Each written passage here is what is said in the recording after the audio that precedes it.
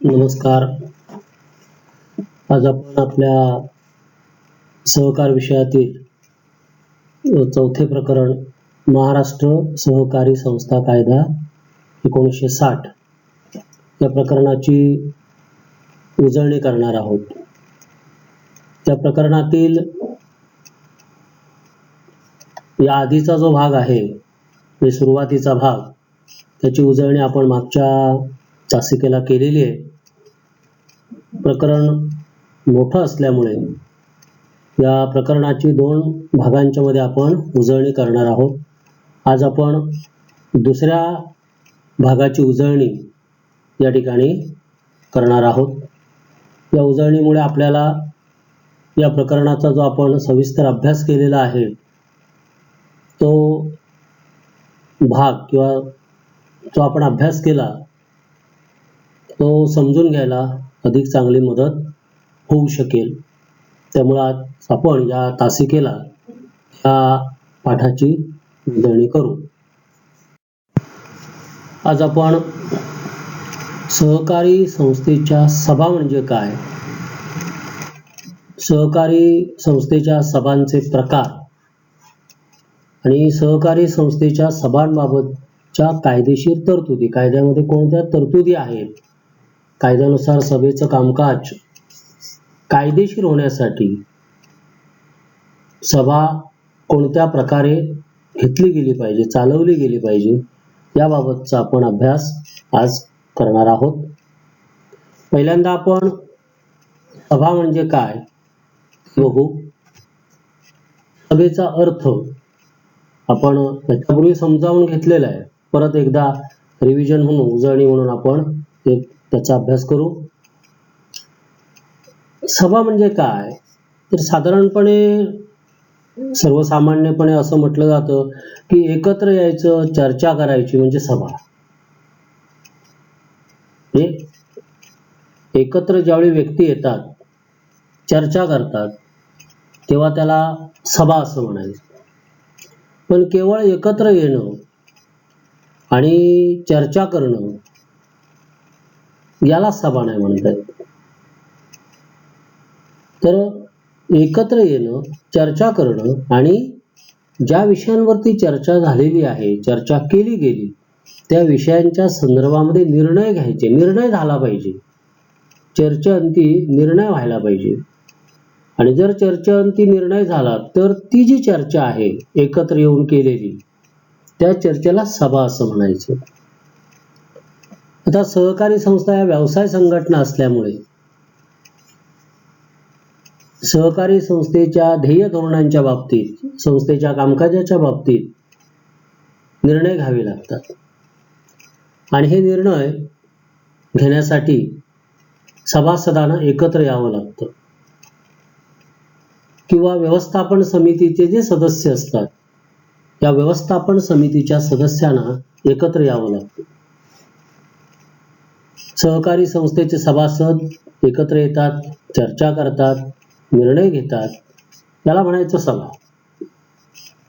व्यवस्थापन समितीच्या अधिकारामध्ये जे कामकाज येतं त्या कामाच्या संदर्भात व्यवस्थापन समितीचे सदस्य एकत्र येतात, चर्चा करतात, निर्णय घेतात, त्याला सभा असं म्हणायचं. म्हणजे सहकारी संस्थेच्या भाषेत जर बोलायचं झालं, सहकाराच्या भाषेमध्ये, सहकारी संस्थांच्या संदर्भामध्ये जर बोलायचं झालं तर सहकारी संस्थेच्या सभासदांनी, सहकारी संस्थेच्या व्यवस्थापन समितीच्या सदस्यांनी संस्थेच्या ध्येय धोरणासंबंधी निर्णय घेण्यासाठी, संस्थेची ध्येय धोरणे ठरविण्यासाठी, संस्थेच्या कामकाजासंबंधी निर्णय घेण्यासाठी एकत्र येणं, चर्चा करणं आणि निर्णय घेणं, याला म्हणायचं सभा. 2 पेक्षा अधिक व्यक्ती, 2 किंवा 2 पेक्षा अधिक व्यक्ती जेव्हा एकत्र येतात, अर्थात कशासाठी एकत्र यायचं हे ठरलेलं असतं त्यांचं. सभा एकत्र येण्याचं जे उद्दिष्ट आहे, एकत्र येण्याची जी गरज आहे, एकत्र येण्यासाठीचा जो विषय आहे ना, तो त्यांचा ठरलेला असतो, त्यांना माहीत असतं. आपण या विषयावरती चर्चा करण्यासाठी आपण एकत्र येणार आहोत. तर सहकारी संस्थेच्या सभासदांनी किंवा व्यवस्थापन समितीच्या सदस्यांनी एकत्र येणं, चर्चा करणं, निर्णय घेणं याला आपण सभा म्हणतो. तर पूर्वनियोजित ठिकाणी 2 किंवा अधिक व्यक्तींनी एकत्र येऊन विशिष्ट विषयावर, म्हणजे ज्या विषयावर चर्चा करायला ते एकत्र आलेले आहेत तो विषय, विशिष्ट विषयावर चर्चा करून निर्णय घेणे म्हणजे सभा. असा आपल्याला सभेचा साधा सोपा अर्थ सांगता येईल. सहकारी संस्थेच्या सभांची व्याख्या जी आहे ती या ठिकाणी आपल्या स्क्रीनवर आहे. आपल्या पुस्तकामध्ये ती व्याख्या दिलेली आहे. आता जे सांगितलं तेच या व्याख्येमध्ये आहे. सहकारी संस्थेच्या विद्यमान सभासदांना, जे संस्थेचे सभासद आहेत ते, आत्ता जे लोक सहकारी संस्थेचे सभासद म्हणून कार्यरत आहेत असे विद्यमान सभासद, या विद्यमान सभासदांना अधिकृत पत्त्यावर विशिष्ट दिवशी, विशिष्ट वेळी, ठराविक तारखेपूर्वी निश्चित केलेल्या विषयावर चर्चा करण्यासाठी एकत्र बोलावून अशा विषयावर सविस्तर चर्चा केली जाते व त्यावर निर्णय घेतले जातात, त्याला सभा असं म्हणतात. म्हणजेच सहकारी संस्थेचे जे सभासद आहेत त्या सभासदांना सूचना द्यावी लागते. कोणत्या विषयावरती चर्चा केली जाणार आहे ते विषय त्यांना सांगावे लागतात. हे विषय आधी ठरलेले असतात, कोणत्या विषयावर चर्चा करायची आहे ते सभेच्या तारखेपूर्वी हे विषय निश्चित केलेले असतात. सभा बोलवल्यानंतर विषय निश्चित केले जात नाही, आधी केले जातात. आणि मग विषय निश्चित झाल्यानंतर सभासदांना त्यांच्या अधिकृत पत्त्यावर, त्यांचा जो पत्ता संस्थेकडे आहे त्या पत्त्यावरती त्यांना सभेची तारीख दिली जाते, विशिष्ट तो दिवस दिला जातो, सभेची वेळ दिली जाते आणि त्या विषयावरती त्यांना, म्हणजे त्या दिवशी त्यांना, विषयावरती नव्हे, त्या दिवशी त्यावेळी त्यांना चर्चा करायला बोलवलं जातं. अर्थात ही चर्चा जी असते ही सविस्तर चर्चा असते. तर ही चर्चा केली जाते किंवा चर्चा करण्यासाठी आणि निर्णय घेण्यासाठी जे बोलवलं जातं संस्थेकडून त्याला काय म्हणायचं, सभा असं म्हणतात किंवा सभा असं म्हटलं जातं, असं या व्याख्येवरून आपल्याला दिसून येतं. आता आपण सभा म्हणजे काय ते बघितलं. 2 पेक्षा अधिक व्यक्तीने एकत्र येऊन एखाद्या विषयावरती चर्चा करून निर्णय घेणं म्हणजे सभा. आता सहकारी संस्थेच्या सभांचे जे प्रकार आहेत ते प्रकार आपण या ठिकाणी बघू. सहकारी संस्थेच्या सभांचे 2 प्रकार आहेत, सभासदांच्या सभा आणि व्यवस्थापन समितीच्या सभा. आता सभासदांच्या ज्या सभा असतात त्यामध्ये पहिली जी सभा, त्याचे पुन्हा प्रकार आहेत.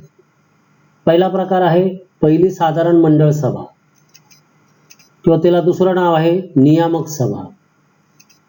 संस्थेची नोंदणी झाल्यानंतर सहकारी कायद्यानुसार नोंदणीच्या तारखेपासून किंवा नोंदणी, संस्थेला नोंदणी प्रमाणपत्र मिळाल्याच्या तारखेपासून पुढील 3 महिन्याच्या आत ही सभा बोलवायची असते. आणि ही सभा संस्थेचा जो मुख्य प्रवर्तक आहे त्या मुख्य प्रवर्तकांना ही बोलवायची असते. आणि ही सभा जी आहे ही संस्थेला अस्तित्व प्राप्त करून देणारी असते, म्हणजे संस्थेच्या कामकाजाची सुरुवात करून देणारी ही सभा असते. अतिशय महत्वाची सभा आहे. तर ही पहिली सभा. दुसरी जी सभा आहे ती अधिमंडळाची वार्षिक सभा. दुसरा जो प्रकार आहे ना सभासदांच्या सभेचा तो म्हणजे अधिमंडळाची वार्षिक सभा. त्याला दुसरं नाव आहे सर्वसाधारण सभा. आपण सर्वसाधारण सभा असंही म्हणू शकतो. आता वार्षिक सभा म्हणजे काय, अगदी साधं सोपं आहे. सहकारी संस्थेचा आर्थिक वर्ष संपल्यानंतर 31 मार्चला आर्थिक वर्ष संपतं. हे आर्थिक वर्ष संपल्यानंतर जी सभा बोलवली जाते सर्व संस्थेच्या सर्व सभासदांची, तिला वार्षिक सभा असं म्हणायचं. आता ही जी वार्षिक सभा आहे ही बोलवण्याचा अधिकार कोणाला आहे, व्यवस्थापन समितीच्या आदेशानुसार संस्थेचा सचिव ही सभा बोलवतो, त्याला तो अधिकार दिलेला आहे ही सभा बोलवायचा. ही सभा का बोलवली जाते? तर व्यवस्थापन समितीनं जे वर्षभर कामकाज केलं त्या कामकाजाचं मूल्यमापन करण्याची संधी सभासदांना वर्षातून एकदा द्यावी लागते आणि ती संधी या सभेच्या रूपाने दिली जाते. या सभेमध्ये सभासद संस्थेनं वर्षभर जे कामकाज केलेलं आहे, म्हणजे संस्थेनं म्हणजे व्यवस्थापन समितीनं, त्या कामाचं मूल्यमापन जे आहे ते या सभेमध्ये केलं जातं. त्यामुळे सभा महत्वाची आहे आणि ही सभा प्रत्येक सहकारी संस्थेला घ्यावी लागते. कायद्यानं बंधनकारक आहे सभा आणि ही सभा प्रत्येक वर्षी दरवर्षी आर्थिक वर्ष संपल्यानंतर बोलविली जात असते. दुसरा जो सभेचा प्रकार आहे तो म्हणजे अधिमंडळाची विशेष सभा. तिला दुसरं नाव आहे विशेष सर्वसाधारण सभा. महाराष्ट्र सहकारी संस्था कायदा 1960 कलम 76 नुसार ही सभा बोलवली जाते. ही सभा जी आहे ना, ही विशेष कारणासाठी बोलवली जाते, म्हणून सभेच्या त्या नावामध्ये विशेष या शब्दाचा उल्लेख आहे, विशेष कारणासाठी. ही जी सभा आहे ही तातडीच्या विषयावरती, म्हणजे एखाद्या विषय त्याच्यावरती तातडीनं निर्णय घ्यायचा आहे, तातडीचा विषय नव्हे, एखाद्या विषयावर तातडीनं निर्णय घ्यायचा आहे जो संस्थेच्या हितासाठी घेतला गेला पाहिजे, तातडीनं घेतला गेला पाहिजे, इमिजिएट डिसिजन घेतला गेला पाहिजे आणि तो डिसिजन सगळ्या सभासदांनी मिळून घ्यायचा आहे. म्हणजे सभासदांची सभा बोलवायला पाहिजे. तर एक लक्षात घ्या, सहकारी संस्थाच्या सभासदांच्या वारंवार सभा घेता येत नाहीत. संस्थेला तो परवडणारा विषय नाही तसं बघायला गेलं तर. आणि त्याच्यामुळे आणि कायद्यामध्ये तरतूदही नाही, वर्षातून एकदा सभासदांनी एकत्र यायचे. त्यामुळे एकदा वार्षिक सभा झाली की सभासद एकत्र येणं सभेच्या निमित्तानं हे आता पुढच्या वार्षिक सभेलाच होणार, तोपर्यंत नाही होणार. आणि त्यामुळे तातडीनं निर्णय घ्यायचा आहे, निर्णय सगळ्या सभासदांनी मिळून घ्यायचा आहे, सभासदांनी एकत्र येऊन तो निर्णय घ्यायचा आहे. त्यासाठी कायद्यामध्ये अशी तरतूद केलेली आहे कलम 76 मध्ये की असं जर काय असेल, एखाद्या विषयावर संस्थेच्या हितासाठी तातडीनं निर्णय घ्यायचा असेल तर सभासदांची विशेष सभा बोलवता येते. तर ही जी तातडीत निर्णय घेण्यासाठी, एखाद्या विषयावरती तातडीनं निर्णय घेण्यासाठी जी सभासदांची सभा बोलवली जाते तिला म्हणायचं विशेष सर्वसाधारण सभा. अर्थात विशेष सभा कोणाकोणाला बोलवता येतं याबाबत कायद्यामध्ये काही तरतुदी आहे. सहकारी संस्थेचे सभासद मागणी करू शकतात विशेष सभेची. सहकारी संस्थेचा अध्यक्ष व्यवस्थापन समिती सुद्धा ही विशेष सभा बोलवू शकते. एक संस्था दुसऱ्या संस्थेची विशेष सभा बोलवू शकते, ती संस्था सभासद असेल तर. निबंधकाला एखाद्या संस्थेची विशेष सभा बोलवण्याचा अधिकार आहे. तर ही विशेष सभा जी आहे अशी गरजेनुसार, आवश्यकतेनुसार बोलवली जाते. गरज असेल तर. या सभा वारंवार नाही होत, दरवर्षी नाही होत. वार्षिक सभा दरवर्षी होते, विशेष सभा दरवर्षी होत नाही. तसंच काही कारण असेल तर 2 वार्षिक सभांच्या दरम्यान ही सभा बोलवली जाते. एक वार्षिक सभा झालेली असते, पुढची वार्षिक सभा व्हायला वेळ आहे, मग एवढ्या उशिरापर्यंत निर्णय घ्यायचं थांबणं हे संस्थेच्या दृष्टीनं योग्य नसतं आणि त्यामुळे मग ही सभा जी आहे विशेष सभा ही बोलवावी लागते. तर लक्षात ठेवा, विशेष सभा ही विशेष कारणासाठी क्वचित म्हणजे गरजेनुसार ती बोलवली जाते. क्वचित म्हणजे गरजेनुसार, आवश्यकता असेल तरच ती बोलवली जात असते. आता सहकारी संस्थेच्या सभासदांच्या सभेचा शेवटचा प्रकार आहे तो म्हणजे अंतिम सर्वसाधारण सभा. अंतिम म्हणजे शेवटची, लास्ट मीटिंग. जेव्हा एखादी संस्था बंद करण्याचा निर्णय निबंधकाकडून घेतला जातो, बंद करण्याची वेळ येते, तेव्हा बंद करण्याची प्रोसिजर असते. ती प्रोसिजर, प्रक्रिया जी आहे ती पूर्ण केली जाते आणि ही प्रक्रिया पूर्ण झाल्यानंतर सहकारी संस्थेची जी सभा बोलवली जाते संस्थेच्या सभासदांची, तिला म्हणायचं अंतिम सर्वसाधारण सभा. त्याला दुसरं नाव दिलेलं आहे शेवटची सभा, पण अंतिम सर्वसाधारण सभा असंच म्हणजे परिचित अशा प्रकारचं नेहमी वापरलं जाणारं हे नाव आहे. आणि अशा अंतिम सभा काही संस्था सगळ्या संस्थांच्या बाबतीत होते, क्वचित एखाद्या संस्थेच्या बाबत ही अंतिम सभा होत असते. तर ही अंतिम सभा बोलवण्याचा अधिकार ऋण परिशोधक जो नेमलेला असतो संस्थेवरती, संस्था बंद करण्यासाठी, बंद करण्याची प्रक्रिया पूर्ण करण्यासाठी त्याच्याकडून ती बोलवली जात असते. ही संस्थेच्या आयुष्यातील शेवटची सभा आणि संस्थेचा शेवट करणारी ही सभा असते. ही सभा झाली की त्या दिवशी त्या संस्थेचं अस्तित्व संपलं. कायद्यानुसार सहकारी संस्था ही एक कृत्रिम व्यक्ती मानली जाते. ती कृत्रिम व्यक्ती मृत होते. थोडक्यात सांगायचं म्हणजे ही सभा झाल्यानंतर ती व्यक्ती राहत नाही, कृत्रिम व्यक्ती म्हणून ती राहत नाही. म्हणजे संस्थेचं अस्तित्व समाप्त करणारी ही सभा असते.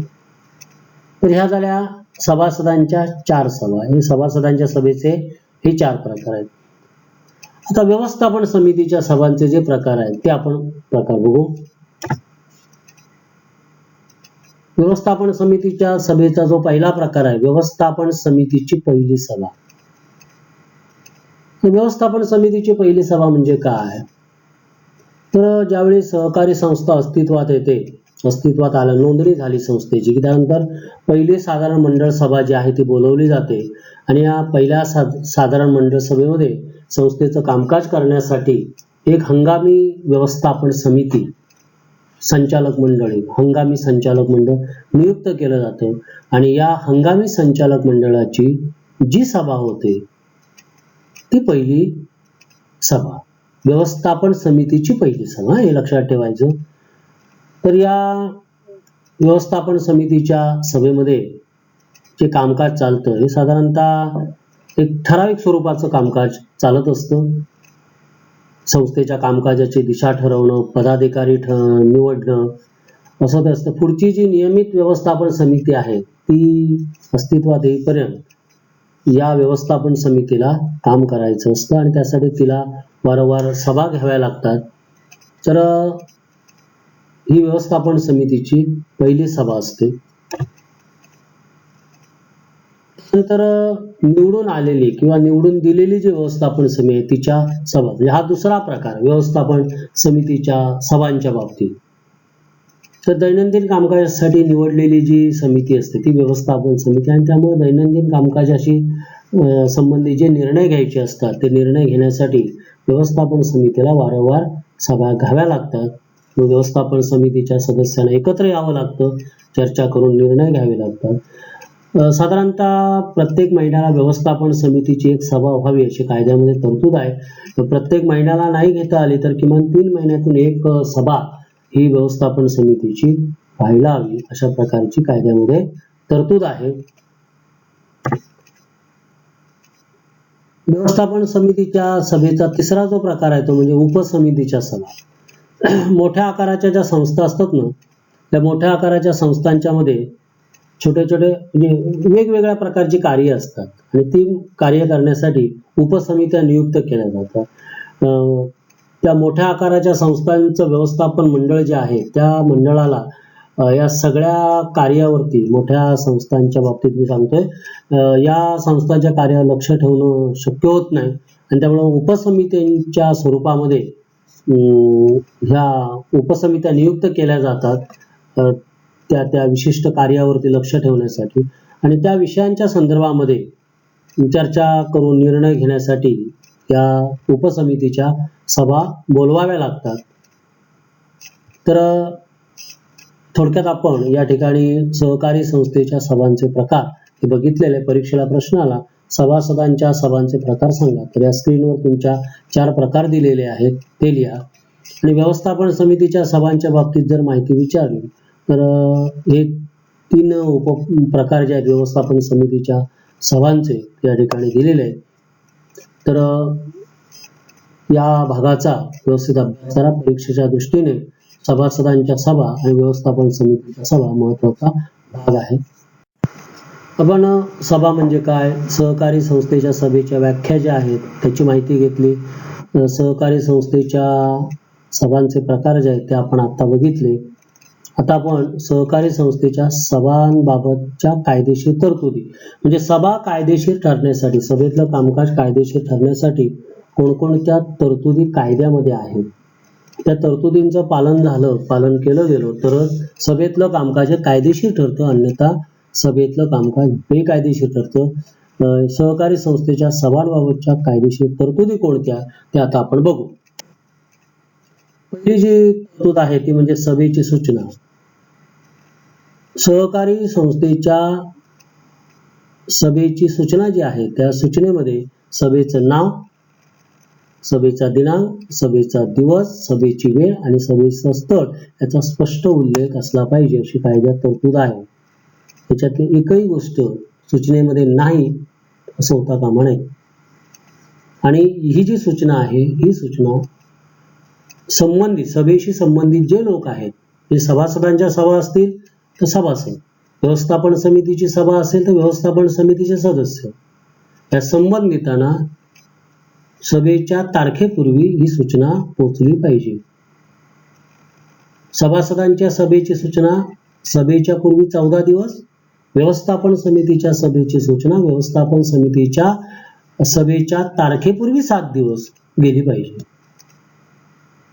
तर हा अतिशय महत्वाचा भाग आहे. सभेची सूचना ही स्पष्ट असायला पाहिजे आणि एवढ्या गोष्टी त्याच्यामध्ये असायला पाहिजे. सभेची कार्यक्रम पत्रिका. सभेमध्ये कोणत्या विषयावरती चर्चा केली जाणार आहे, सभा कोणत्या कारणासाठी बोलवली, पूर्वनियोजित, मगाशी आपण शब्द वापरला विषय. पूर्वनियोजित म्हणजे हे ठरलेलं असतं, मगाशी म्हटलं मी तुम्हाला.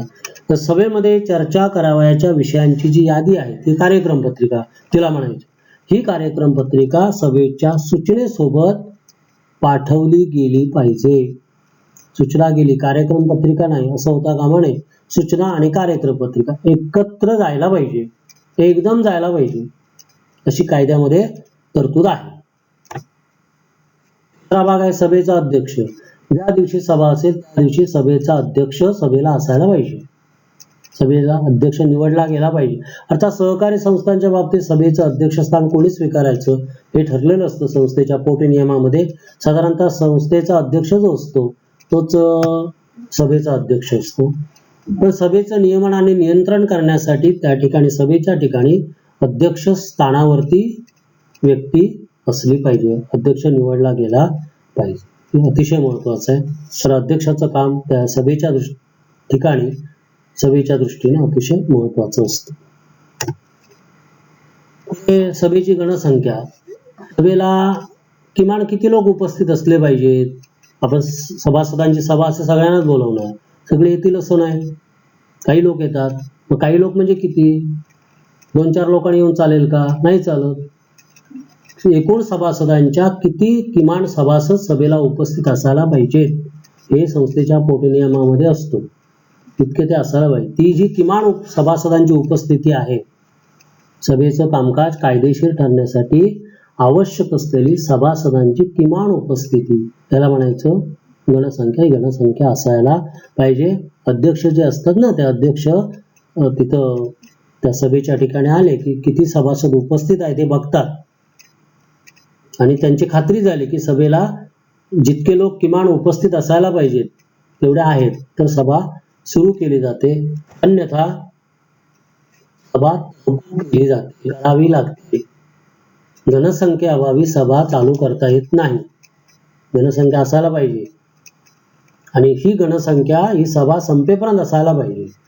सुरुवातीला गणसंख्या जर नसेल तर सभा थांबवायची आणि सभा थांबवलेली जी सभा असेल ती अर्थातच त्या संस्थेच्या पोटी नियमानुसार किंवा सभेच्या सूचनेमध्ये जसं नमूद केलंय त्यानुसार ती घेतली जाईल. अर्ध्या तासानंतर किंवा 1 तासानंतर त्याच दिवशी त्याच ठिकाणी घेण्यात येईल अशी सूचना असते. त्या सूचनेप्रमाणे ती घेतली जाते. पण गणसंख्या नसेल तर सभा घेता येत नाही. ती सभा जर घेतली तर सभेचं कामकाज हे बेकायदेशीर ठरणार. त्या घेतलेले निर्णय जे असतात ते बंधनकारक ठरत नाही. त्यामुळे गणसंख्या असायला पाहिजे. सभेपुढे जो एक एक विषय चर्चेला येतो त्याला प्रस्ताव असं म्हणायचं. कार्यक्रम पत्रिकेमध्ये विषय जे आहेत ना, कोणत्या विषयावर चर्चा होणार आहे ते जे विषय आहेत ना, ते विषय म्हणजेच प्रस्ताव. पण कार्यक्रम पत्रिकेवर ते विषय असतात आणि सभेपुढे ज्यावेळी ते वाचले जातात एक एक 2 3 4 क्रमाक्रमाने, त्याला म्हणायचं प्रस्ताव. म्हणजे सभेपुढे जो विषय चर्चेला आला या विषयावर आपण चर्चा करू असं सभेला सांगितलं जातं, किंवा हा आता या पुढचा विषय चर्चेसाठी अमुक अमुक आहे, तो जो विषय वाचला त्याला म्हणायचं प्रस्ताव. तर प्रस्ताव सभेपुढे क्रमाक्रमानं कार्यक्रम पत्रिकेवर जसे विषय आहेत त्यावर ते ठेवले गेले पाहिजे.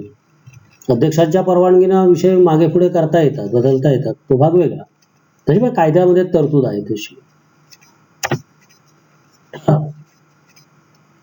प्रस्ताव जो चर्चेला आला त्या प्रस्तावावर चर्चा झाली आणि निर्णय झाला. जो निर्णय झाला तो ठराव, त्याला ठराव असं म्हणायचं. आणि हा जो ठराव होतो ना तो अंतिम असतो आणि तो संस्थेला बंधनकारक असतो.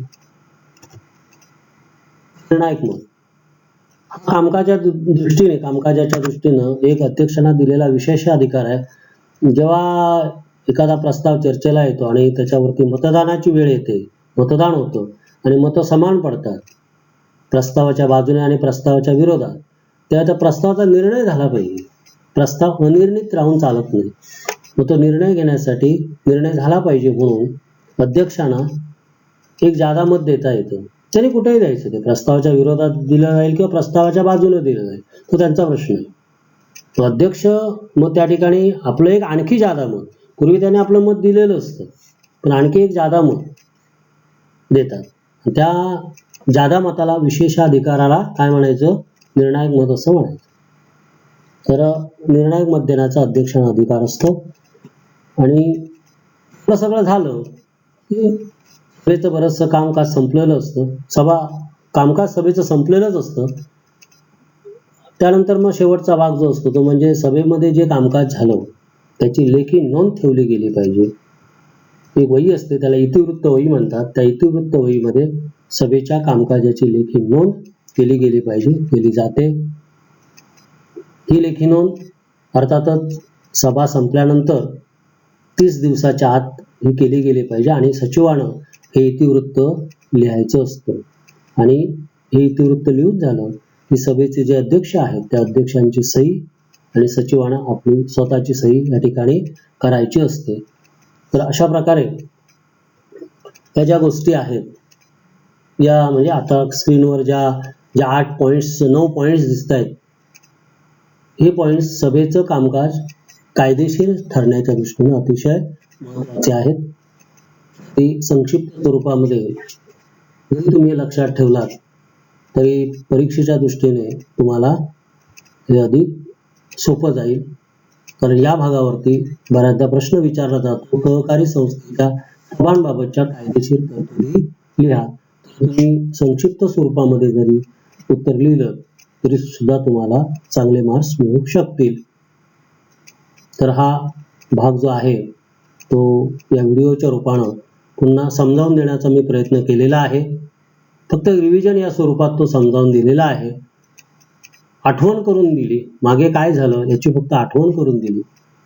तर हा व्हिडिओ परत बघा, म्हणजे आणि याच्यापूर्वी दिलेला जो व्हिडिओ आहे याच प्रकरणाशी संबंधित तो बघा, म्हणजे तुम्हाला हे प्रकरण अगदी थोडक्यात लक्षात ठेवता येईल आणि तुम्हाला चांगले मार्क्स मिळू शकतील.